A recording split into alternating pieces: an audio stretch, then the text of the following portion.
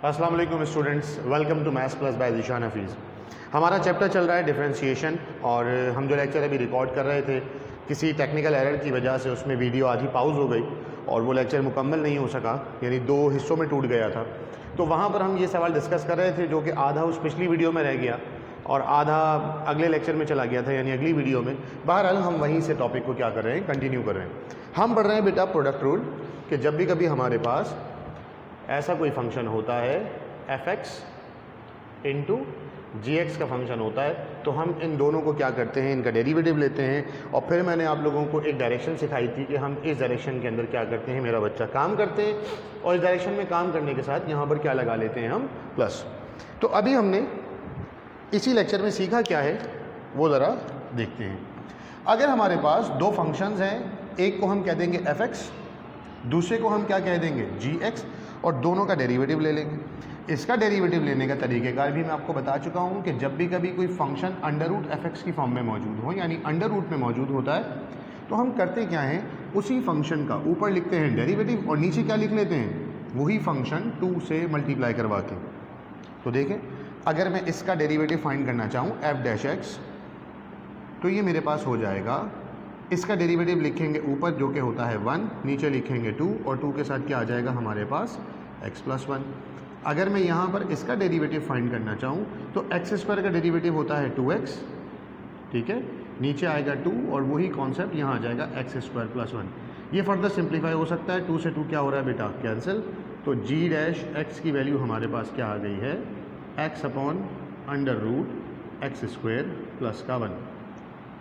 और फिर मैंने आप लोगों को डायरेक्शन बताई हुई थी, आप चाहें तो इसको अलग से इस तरह लिख के ना दिखाएं, यहीं पे बस इसको कैंसिल करने के बाद कह दें कि हमारा g' आ गया x/this वैल्यू।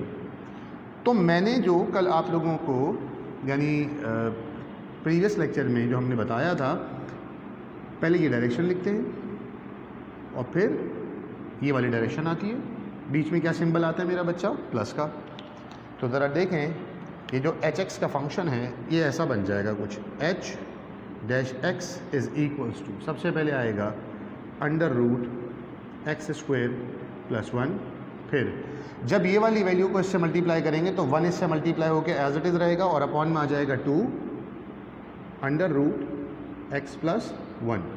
अगर किसी को डायरेक्ट समझ में नहीं आया तो देखेंगे ऐसा हुआ है, √x² + 1 को मल्टीप्लाई करवाना है हमने 1/2 x + 1 से, तो अपॉन में देखेंगे एज इट इज़ रहेगा और ये वाली जो वैल्यू है 1 से मल्टीप्लाई होकर ये भी एज इट इज़ रहेगी। बीच में क्या लगाते हैं हम, प्लस का साइन, ये आ गया प्लस। प्लस के बाद हम लिखते हैं पहले ये वाली वैल्यू, तो ये हो जाएगा √x + 1 डिवाइडेड बाय, यहाँ पर से आएगा हमारे पास अपॉन में √x² + 1 और ये वाला x कहाँ आ जाएगा, इसके बराबर में यहाँ पर। सर ये क्या हुआ, आज ज़रा देखते हैं। सबसे पहले लिखेंगे हम √x + 1, ठीक है, उसके बाद हमारे पास वैल्यू है x/√x² + 1। तो अपॉन में वैल्यू यही रहेगी और ये दोनों आपस में मल्टीप्लाई होकर मर्ज नहीं हो सकते, लिहाजा ये हमारे पास एज इट इज़ रहेंगे। अगर मैं इनका एलसीएम ले लेता हूँ तो ये दोनों टर्म मेरे पास एलसीएम में आ जाएंगे, ये हो जाएगा h'(x)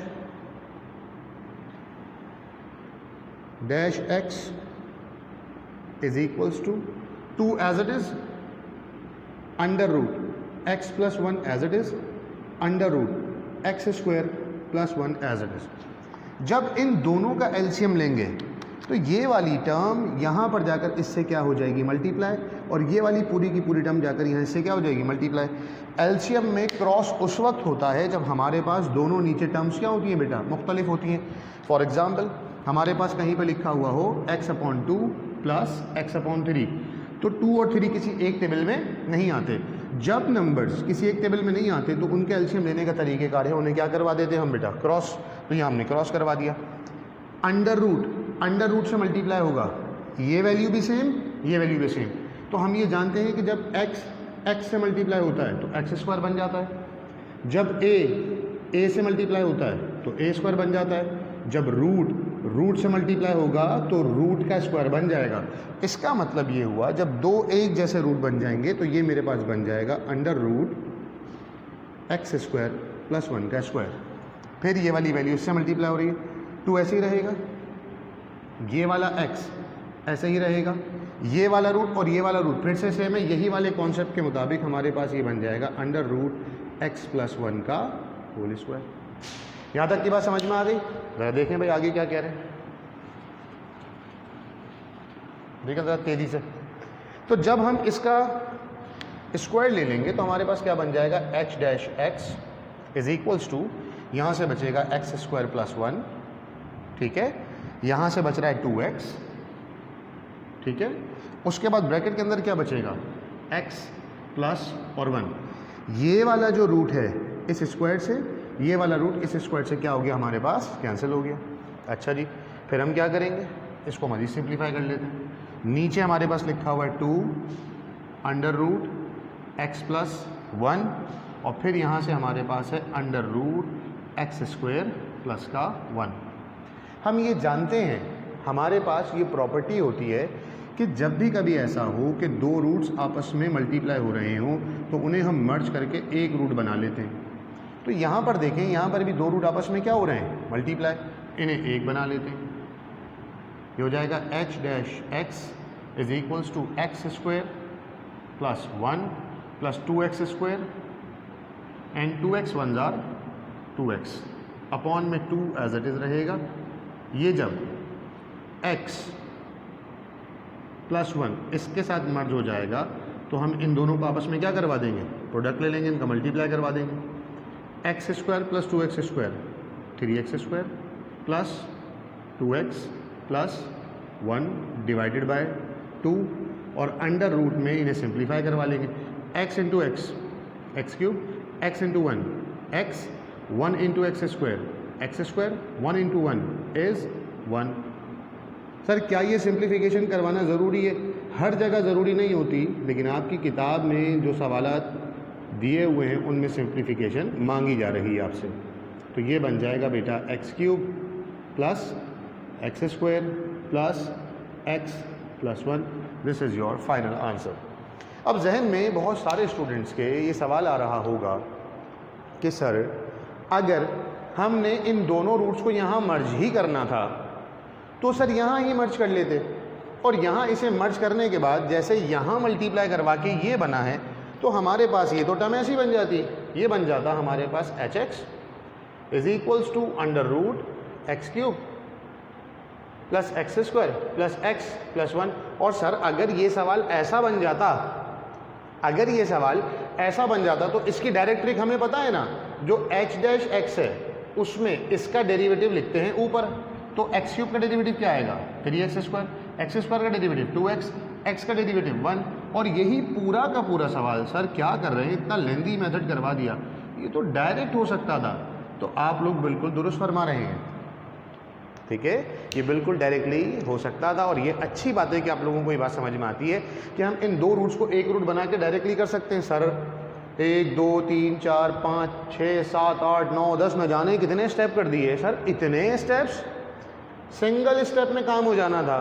तो यही मेथड क्यों, उसकी वजह ये है बच्चों, आपकी किताब में लिखा हुआ है इस सवाल को प्रोडक्ट रूल से सॉल्व करें। बोर्ड एग्जाम में अगर ये लिखा हुआ ना आए कि प्रोडक्ट रूल से सॉल्व करके दिखाएं तो इसका मतलब आप इसे ऐसे ही कन्वर्ट करेंगे, लेकिन यूं आंसर नहीं लिखेंगे। 4 नंबर का अगर सवाल आ गया ना मेरा बच्चा, तो कल मैंने आप लोगों को ये बात बताई थी, यानी प्रीवियस लेक्चर में जो कि टूट गया था उसका टुकड़ा हम आज दोबारा से उसको रोक कर हमने वहीं पर से कंटिन्यू किया है आज की क्लास में। तो जहाँ तक हम पहले पढ़ चुके हैं उसमें मैंने ये बताया था कि इसकी होल पावर बनेगी 1/2, 1/2 बनने के बाद फिर इसकी होल पावर यानी कि हमारे पास चेन रूल अप्लाई होगा। यहाँ तक किसी किस्म की कोई परेशानी अगर नहीं है तो हम ज़रा आगे बढ़ जाते हैं। अब ये तो दो रूट्स, बड़े सिंपल से दो रूट्स थे ना, हमने बड़ी आसानी से काम कर लिया। अगर ऐसा ना हो, क्यूब रूट आ जाए, यानी ऐसा कहीं लिखा हुआ आ जाए, फॉर एग्जांपल एच एक्स लिखा हुआ आए, हमारे पास एक आ जाए cube root x square plus 1, कहीं पर आ जाए 5th root X cube minus 1, तो मेरा बच्चा फिर हम दोनों रूट को मर्ज नहीं कर सकते। तो दो वजूहत की बिना पर मैंने आपको इसको प्रोडक्ट रूल से सॉल्व करवाया। पहला कि ऐसे सवालों में जब अंडर रूट आएगा तो आपको ऑलरेडी प्रोसेस आता होगा, पहली बात। दूसरी बात क्या कि एग्जामिनर जो किताब में आपसे ये चाहता है उसने लिख के दिया हुआ है कि solve this question by using product rule, तो हम प्रोडक्ट रूल के अलावा काम नहीं कर सकते। ज़रा देखते हैं, एक और सवाल हम किताब का देखते हैं, चाहे तो इसकी स्क्रीनशॉट ले लें। देखें मेरा बच्चों, आपके सामने ये बुक का एक क्वेश्चन लिखा हुआ है, क्वेश्चन नंबर 5 का पार्ट 5। आप जानते हैं प्रीवियस लेक्चर में जो कि टूट गया था हमारा किसी एरर की वजह से, वहाँ पर हमारे 2 पार्ट्स रह गए थे, पार्ट नंबर 3 और पार्ट नंबर 5। ये आपके सामने मौजूद है क्वेश्चन नंबर 5 का पार्ट नंबर 5। 2 फंक्शंस हैं हमारे पास, ये x की पावर -3/2 इसके अंदर मर्ज नहीं हो सकता, तो हमने पहले फंक्शन को fx कहा, दूसरे फंक्शन को क्या कहा है हमने gx कहा है, और दोनों का फाइंड कर लेते हैं हम डेरिवेटिव। तो यहाँ से जब हम फाइंड करेंगे तो ये आ जाएगा मेरे बच्चा f'(x), इसके ऊपर क्या अप्लाई हो रहा है, होल पावर रूल यानी कि चेन रूल। सबसे पहले आती है पावर, फिर आता है फंक्शन, और फिर पावर को क्या कर देते हैं, कम, और जो भी यहाँ पर फंक्शन होता है उसका डेरिवेटिव लेते हैं, वो हो गया 1। तो हमारे पास f'(x) की फाइनल वैल्यू आ गई 3 × x + 1 का स्क्वायर। ठीक है, यहाँ तक क्लियर है। ये तो हम बिल्कुल बेसिक की क्लास में सीख चुके हैं कि अगर हमें g' निकालना होगा तो सबसे पहले हम लिखेंगे पावर, फिर हम लिखेंगे वेरिएबल, और फिर ऊपर वाली पावर में से यानी ऊपर वाले नंबर से नीचे वाले नंबर को क्या करते हैं, -3 और -2, ये बन जाएगा -5/2, जो कि अगले स्टेप में आकर हमारे पास नीचे आएगा और पॉजिटिव हो जाएगा। तो ये हो जाएगा 3 / 2 × x की पावर 5/2। फिर से वही डायरेक्शन, हमने क्या करना है, पहले ये डायरेक्शन फॉलो करनी है, ठीक है, फिर हमने ये वाली डायरेक्शन फॉलो करनी है और बीच में क्या लगा देना है, प्लस। तो अगर मैं लिखूं h'(x), नाउ h'(x) = तो सबसे पहले आएगा हमारे पास x की पावर -3/2, ठीक है। उसके बाद ये वाला डेरिवेटिव, ये कितना है हमारे पास, 3 × x + 1 की पावर स्क्वायर, सही है। फिर बीच में क्या साइन आता है बेटा, प्लस का साइन आने के बाद हम लिखते हैं सबसे पहले ये वाली टर्म, ये हो जाएगी x + 1 का क्यूब, और फिर हम इसी को इससे क्या करवाएंगे, मल्टीप्लाई। तो ये हो जाएगा 3/2x की पावर 5/2। अगर मैं इस सवाल को गौर से देखूं तो कोई एक फंक्शन यहाँ पर मल्टीप्लाई डिवाइड भी हो रहा है। अगर मैं इसको देखूँ तो यहाँ x + 1 का स्क्वायर है, यहाँ x + 1 का क्यूब है, इसके पास भी 3 है, इसके पास भी 3 है। तो यहाँ से कुछ टर्म्स को क्या करते हैं, हम कॉमन ले लेते हैं। लेकिन वो वाली टर्म को कॉमन लेने से पहले हम क्या करते हैं कि जो पावर -3/2 है, अगर मैं इसको नीचे ले आऊँ तो ये क्या बन जाएगी मेरे पास, +3/2। तो ज़रा देखें, ये जो h'(x) है ये क्या बन जाएगा, ये बन जाएगा 3 × x + 1 का स्क्वायर डिवाइडेड बाय, ये हमारे पास बन जाएगा x की पावर 3/2। ठीक है भाई, ये हमारे पास क्या बन गया, x की पावर 3/2। अच्छा जी, ये कोई धमाके की आवाज़ नहीं है, परेशान नहीं होइएगा। जैसे हम आप लोगों की खिदमत कर रहे हैं, बहुत मेहनत कर रहे हैं, पढ़ाते हैं, वैसे ही हमारे इस हौसले को, जज्बे को सराहने के लिए बहुत सारे लोग हैं जो हमारी खिदमत करते हैं। तो वो आप आएँ, हमारी चाय बना के लेकर आइए, लेकिन पहले सवाल मुकम्मल कर लें, फिर हम चाय भी पीते हैं। तो देखिए यहाँ पर, तो ये जो x की पावर -3/2 है, नीचे आकर मेरा बच्चा क्या हो गई, 3/2। ये अपनी जगह पर एज इट इज़ है। अच्छा भाई, फिर प्लस, इसको अरेंज कर रहा हूँ, मैं लिख रहा हूँ 3x + 1 का क्यूब, और यहाँ क्या हो जाएगा मेरे बच्चे, 2 × x की पावर 5/2। अब आगे का काम, वैसे इरादा तो ये हो रहा है कि मैं आप लोगों को ना समझाऊँ, आप लोग खुद करें, इसका एलसीएम वगैरह लें, सॉल्व कर लें इसको, क्या परेशानी है इसमें। जब आप इसको एलसीएम लेके सॉल्व करेंगे तो ये टर्म यहाँ चली जाएगी, ये टर्म यहाँ चली जाएगी। वीडियो पॉज करें, एक मरतबा ट्राई करके देखें आप लोगों से होता है या नहीं होता। तो जो अच्छे बच्चे होते हैं वो ट्राई करते हैं, सवाल को सॉल्व करने के लिए कोशिश करते हैं। अच्छा, बहुत सारे बच्चे, होता क्या है, ये जब स्टेप आता है ना, मैं इसको भी नीचे लेकर आ गया, ये भी हमारे पास मौजूद है। अब मेरे पास जो है वो एलसीएम लेने के लिए टर्म्स बन गई हैं ऐसे ही, x की पावर भाई 3/2, और फिर आएगा 2 × x की पावर 5/2 और वगैरह वगैरह। इससे बहुत परेशान होते हैं बच्चे। तो ऐसा करते हैं कि मैं इसको यहाँ पर एलसीएम के लिए नीचे नहीं लाता, ताकि आप लोगों की परेशानी हल हो जाए। मैं चाह रहा हूँ आप लोगों को थोड़ा और आसान करके मैं इसको समझा सकूँ। ज़रा देखें, अगर हम इसको इस तरीके से लेके चलें, ये जो 2x की पावर 5/2 है, इसको एलसीएम ले लें, तो ये यहाँ पर अगर इस टर्म से क्या हो जाएगा, ये वाली टर्म से क्या हो जाएगा मेरा बच्चा, मल्टीप्लाई हो जाएगा। तो ये बन जाएगा ऐसा, ठीक है, x की पावर -3/2 एज इट इज, ये वाला x की पावर 5/2 इसके बराबर में आके मल्टीप्लाई होगा, ये हो जाएगा x की पावर 5/2। ये नंबर लिखा हुआ है 3, ये नंबर है 2, 2 को 3 से मल्टीप्लाई करेंगे कितना हो जाएगा बेटा 6, बराबर में ब्रैकेट है x प्लस 1 का होल स्क्वायर। ठीक है, ये वाली टर्म इसके तो नीचे मौजूद है, तो लिहाजा ये वाले तो पूरी की पूरी टर्म ऐसे ही रहेगी x प्लस 1 का क्यूब। तो इससे होगा क्या, आप लोगों का एलसीएम ज़रा आसान हो जाएगा, और एलसीएम में आ गया 2x की पावर 5/2। यहाँ तक कोई मसला, कोई परेशानी? अब ज़रा देखिए, जब इनकी पावर्स को आपस में ऐड करेंगे तो ये हो जाएगा -3/2 प्लस 5/2, कितना हो जाता है 2/2, दैट इज़ 1। इसका मतलब ये जो 2x मल्टीप्लाई हो रहा है इनकी पावर क्या बन जाएगी 1। तो ये तो बड़ा ज़बरदस्त काम हो गया हमारा, अच्छा हुआ कि हमने डिवाइड नहीं किया। तो ये तो हो जाएगा 6, ये बन जाएगा x, और यहाँ पर क्या लिखा हुआ है x प्लस 1 का स्क्वायर, और यहाँ पर लिखा हुआ है प्लस 3x प्लस 1 का क्यूब, और डिवाइड में हमारे पास क्या है 2x की पावर 5/2। ज़रा एक मरतबा हम चेक कर लेते हैं स्क्रीन में बोर्ड का वो वाला हिस्सा भी हमारे पास आ रहा है या नहीं आ रहा। तो हमारे पास पूरा हिस्सा नहीं आ रहा, हम ज़रा से इसकी पोजीशन को चेंज करते हैं ताकि आप लोगों को पूरा बोर्ड दिखाई दे। अब ज़रा देखिएगा आगे इसमें मज़ीद काम क्या हो रहा है। देखिए मेरा बेटा, 2-3 स्टेप्स का काम रह गया है, इसको ज़रा तवज्जो से पढ़ लें। यहाँ पे 6x है, यहाँ पर 3 है, 6 और 3 में से दोनों में से मैं 3 को कॉमन ले सकता हूँ। ये जो h-x है यहाँ पर से आ गया 3, सही है। इसमें x प्लस 1 का स्क्वायर है, इसमें x प्लस 1 का क्यूब है, तो मैं इसमें से x प्लस 1 के स्क्वायर को भी क्या ले सकता हूँ, कॉमन ले सकता हूँ। तो जब मैंने इसमें से 3 और ये पूरा का पूरा कॉमन ले लिया तो मेरे पास बचेगा x और 2, तो यहाँ से बच गया 2x। ठीक है, ये 3 बाहर आ चुका है, इसमें से 2 ब्रैकेट बाहर आ चुके हैं, अंदर बचेगा plus x plus 1 divided by 2x की पावर 5/2। तो ये h-x मेरे पास हो जाएगा क्या 3 इंटू x प्लस 1 का स्क्वायर, और यहाँ पर से क्या आ रहा है 2x, ठीक है, प्लस x, ये हो जाएगा 3x, और यहाँ से आ गया हमारे पास 1, और ये आ गया अपॉन 2x की पावर 5/2। मुझे नहीं लगता कि इसमें हमें मज़ीद किसी किस्म की कोई सिंप्लीफिकेशन और दरकार होगी। ठीक है भाई, एक मतलब पूरे सवाल को ज़रा ध्यान से देख लेते हैं। हमने एक फंक्शन को f(x) कहा, दूसरे को g(x) कहा, यहाँ पर हमने इसका डेरिवेटिव लिया, ये आ गया, यहाँ पर हमने इसका डेरिवेटिव लिया -3/2 समथिंग। ओ एक छोटी सी गड़बड़ हो गई है, यहाँ पर हमने मेरा बच्चा माइनस नहीं लगाया, यहाँ पर भी माइनस आएगा, परेशान नहीं होइएगा, सॉल्यूशन पूरा चेंज नहीं हो रहा, बस एक सिर्फ साइन चेंज हो जाएगा, इट्स एन ह्यूमन एरर। तो इसका मतलब यहाँ पर से आएगा -x और -1, बस एक छोटी सी तब्दीली है। अच्छा हुआ कि मैंने इसको दोबारा से एक मरतबा पूरा देख लिया है, वरना गड़बड़ हो जाती है हमारी। तो 2x minus x is 1x, और फिर हमारे पास क्या हो जाएगा ये -1। आप लोग चेक कर लीजिएगा, आपकी किताब में कुछ इसी तरीके का आंसर होगा।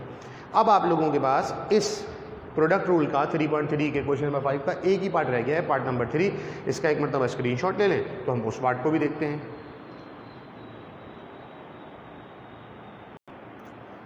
देखिए बेटा, चाय भी हमने पी ली है और होपफुली आपने इसको लेक्चर को अपने नोट डाउन भी कर लिया होगा।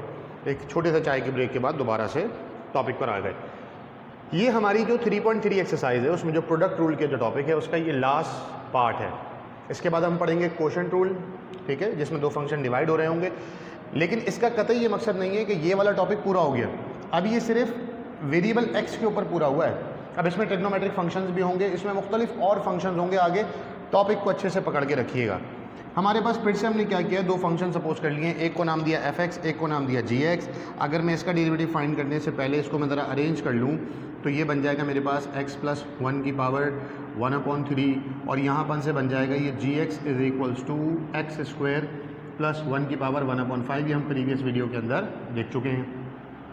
दोनों के ऊपर होल पावर का रूल यानी कि चेन रूल लग रहा है। तो ये जो f'(x) है ये हमारे पास हो जाएगा 1/3 ब्रैकेट, ऊपर वाली पावर में से नीचे वाली पावर -1 - 3 इज़ -2/3, और x का डेरिवेटिव क्या होता है 1। तो अगर मैं इसको फर्दर सॉल्व करूं तो ये मेरे पास हो जाएगा 1 1 ज़ार 1/3, और जो नेगेटिव पावर होती है उसे नीचे ले आते हैं तो क्या बन जाती है पॉजिटिव। अब तक तो आप लोग इस चीज़ में चीता हो चुके होंगे, ठीक है जी। ये आ गया हमारे पास f'(x). अगर हम g'(x) की बात करें तो सबसे पहले पावर आएगी 1/5, ठीक है, फिर आएगा x square, plus 1, 1 minus 5 is minus 4/5 और बराबर में इसका डेरिवेटिव क्या होगा मेरा बच्चा 2x। ठीक है, तो 1 को 2x से मल्टीप्लाई करेंगे तो 2x ऐसे ही रहेगा, ये आ गया है 2x और नीचे क्या आ जाएगा 5 और ये पूरा का पूरा ब्रैकेट जो कि है x स्क्वायर प्लस 1 की पावर 4/5। फिर से वही डायरेक्शन, पहले ये वाली दो वैल्यूज़, ठीक है, फिर ये वाली दो वैल्यूज़ और बीच में क्या लगा देते हैं हम, प्लस लगा देते हैं। तो अगर मैं यहाँ पर इसको लिखूँ ना हो h डैश x क्या बन जाएगा, h डैश x बन जाएगा सबसे पहले ये वाली टर्म, यानी कि अब तो हमने इसको सिंप्लीफाई कर लिया ना, पावर में तोड़ लिया, तो हम ये वाली टर्म, ये वाली टर्म, ये वाली टर्म और ये वाली टर्म को ले रहे हैं। तो सबसे पहले मैं लिखूँगा x स्क्वायर प्लस 1 की पावर 1/5, फिर मैं ये वाली टर्म लिखूँगा।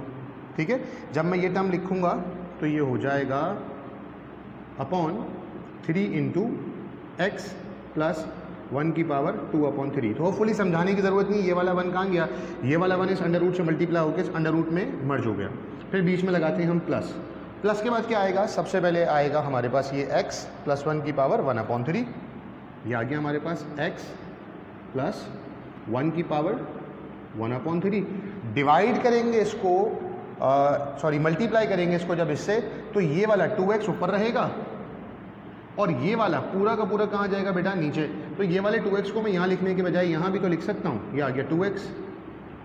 ठीक है, और अपॉन में क्या है मेरे बच्चों 5 इंटू एक्स स्क्वेयर प्लस 1 की पावर 4/5।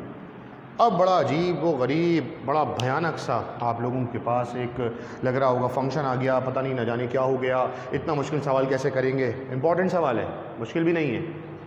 देखें गौर से देखें, x प्लस 1 पावर्स ही तो चेंज हैं, बेसिस सेम है, मल्टीप्लाई करें। एक्स स्क्वायर प्लस 1 पावर्स ही तो चेंज हैं। जब हम एलसीएम लेंगे तो फिर से वही क्रॉस कर देंगे जो कि हमने पिछले सवाल में किया था। तो हम लिखेंगे h डैश x, ये क्या बन जाएगा, ये 5 जाकर इससे मल्टीप्लाई होगा तो शुरू में होगा 5, फिर होगा ये ब्रैकेट एक्स स्क्वायर प्लस 1। जब सेम ब्रैकेट मल्टीप्लाई होती हैं तो पावर्स आपस में क्या हो जाती हैं, ऐड, तो ये हो जाएगा 1/5 प्लस 4/5। फिर ये वाला 3 जब इस 2x से जाके मल्टीप्लाई होगा तो ये हो जाएगा 6x। ये इन दोनों की बेसिस फिर से सेम है तो x प्लस 1 ऐसे ही रहेगा, इसकी पावर है 1/3 और इसके अंदर आके मर्ज हो जाएगा प्लस 2/3। तो जो आप लोगों को बड़ा मुश्किल लग रहा था, अब देखें बड़ी हद तक तसल्ली पहुंच गई होगी, है ना। क्यों, क्योंकि इनकी पावर्स ही ख़त्म हो जाएंगी और अपॉन में ऐसे ही रहेगा। ये 3 5 ज़ार कितना हो जाएगा बेटा, ये हो जाएगा 15 और पहले ये ब्रैकेट आ जाएगा x प्लस 1 की पावर 2/3 और फिर आ जाएगा एक्स स्क्वायर प्लस 1 की पावर है हमारे पास 4/5। अब ये तो आपस में कुछ नहीं हो सकता, ये तो ऐसे ही रहेगा एंड तक, 5 ऐसे ही रहेगा। ये 1/5 प्लस 4/5 करेंगे तो बनेगा 5/5। 5/5 का मतलब क्या होता है 1, तो किसी भी ब्रैकेट की पावर 1 लिखने की कोई ज़रूरत नहीं है। तो ये बन गया एक्स स्क्वायर प्लस 1, यहाँ से है मेरा बच्चा 6x, ये भी क्या बन जाएगा x प्लस 1। सर कैसे, 1/3 में 2/3, 1 प्लस 2 इज़ 3, 3/3 इज़ 1। तो आप लोगों को देखने में जो लग रहा था बड़ा मुश्किल सवाल, मुश्किल नहीं है। नीचे आ जाएगा 15 के बाद आ जाएगा x प्लस 1, यहाँ पर है 2/3 एक्स स्क्वायर प्लस 1 4/5। इसको सिंप्लीफाई करवा लेते हैं ज़रा तेज़ी से, तो ये हो जाएगा 5x स्क्वायर, 5 1 ज़ार 5, ये हो जाएगा 6x स्क्वायर और ये हो जाएगा मेरे बच्चे 6x। फ्रैक्शन में जो टर्म है वो ऐसे ही रहेगी 15x प्लस 1 की पावर 2/3 एक्स स्क्वायर प्लस 1 की power 4/5, 5x square 6x square 11x square, ठीक है, प्लस 6x और फिर प्लस का 5 और फिर है 15 इंटू एक्स प्लस 1 की power 2/3 x square plus 1 4/5। That's it. ये आ गया आप लोगों का आंसर। किताब में से आंसर देख के कंफर्म भी कर लें, चाहे तो इसकी पिक्चर भी देख लें, पिक्चर ले लें इसकी। ठीक है भाई। तो हमने इस एक्सरसाइज में क्वेश्चन नंबर 1 से लेके क्वेश्चन नंबर 5 तक के तमाम पार्ट्स कर दिए। बीच में एक क्वेश्चन 2 या 3 में से मैंने आप लोगों को करने के लिए दिया था, होपफुली आप लोगों ने वो किया होगा। तो हमने सीखा क्या कि एक्स की कोई पावर हो तो क्या करेंगे, किसी फंक्शन की होल पावर होगी तो चेन रूल कैसे अप्लाई होगा, और उसके बाद हमने एक बड़ा ज़बरदस्त किस्म का टॉपिक डिस्कस किया जिसको हम कहते हैं प्रोडक्ट रूल। प्रैक्टिस करें लाजमी तौर पर, जब तक आपको कोई मज़ीद जो है वो लेक्चर वीडियो नहीं मिलती, इसकी प्रैक्टिस करते रहें। अपने घर वालों का बहुत ज़्यादा ख्याल रखें, मुझे मेरे घर वालों को अपनी ख़ास दुआ में याद रखें। बेटा अल्लाह हाफ़िज़ हो नासिर।